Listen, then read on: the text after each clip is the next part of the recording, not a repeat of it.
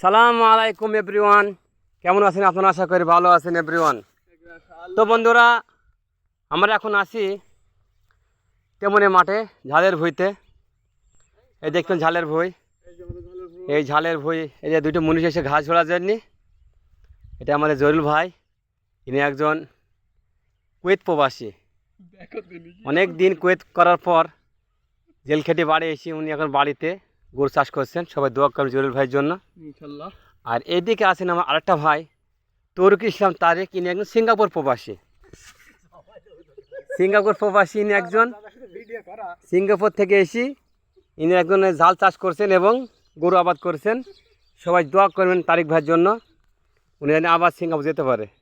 তো বন্ধুরা, ভিডিওটা এত দূরই, ভালো লাগলে শেয়ার কমেন্ট করবেন। দেখা হবে পরে ভিডিওয়। আসসালামু আলাইকুম রহমতুল্লাহ। লেটুয়াকে বাড়ি মেরি।